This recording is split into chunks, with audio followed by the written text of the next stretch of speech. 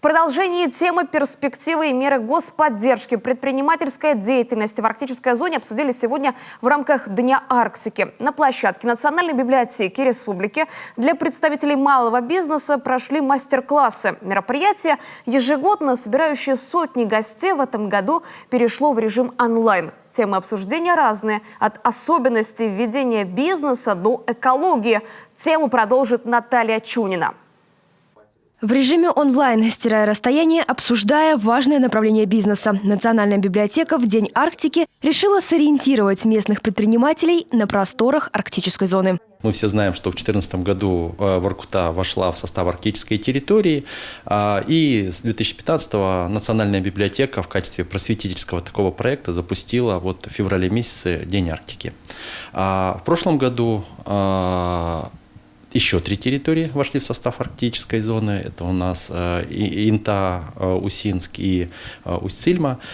Поэтому в этом году мы увеличили географию охвата и решили одну из площадок посвятить теме бизнеса.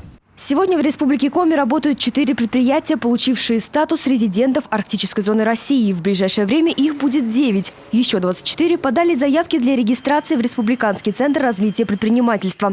Отрасли разные, от предприятий общепита до добычи нефти. Для ресурсников достаточно хорошая льгота по части платежей по НДПИ. Это 50% от начисленной суммы для данных предпринимателей.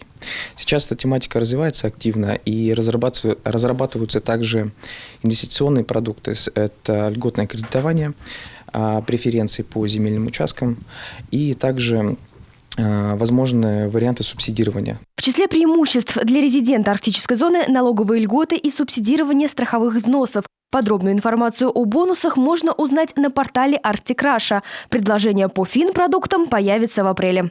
Сегодня любой предприниматель, готовый вложить в свой проект не менее 1 миллиона рублей, может получить статус резидента и воспользоваться всем набором преференций и льгот.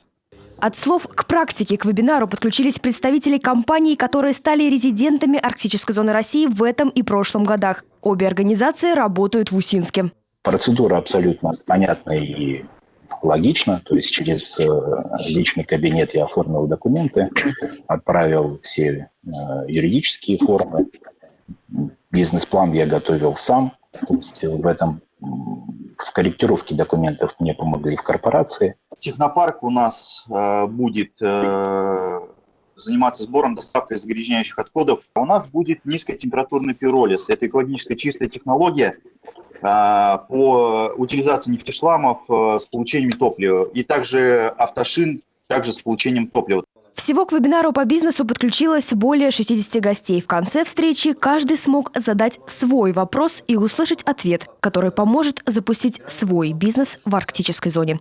Наталья Чунина, Роман Боровиков, телеканал Юрган.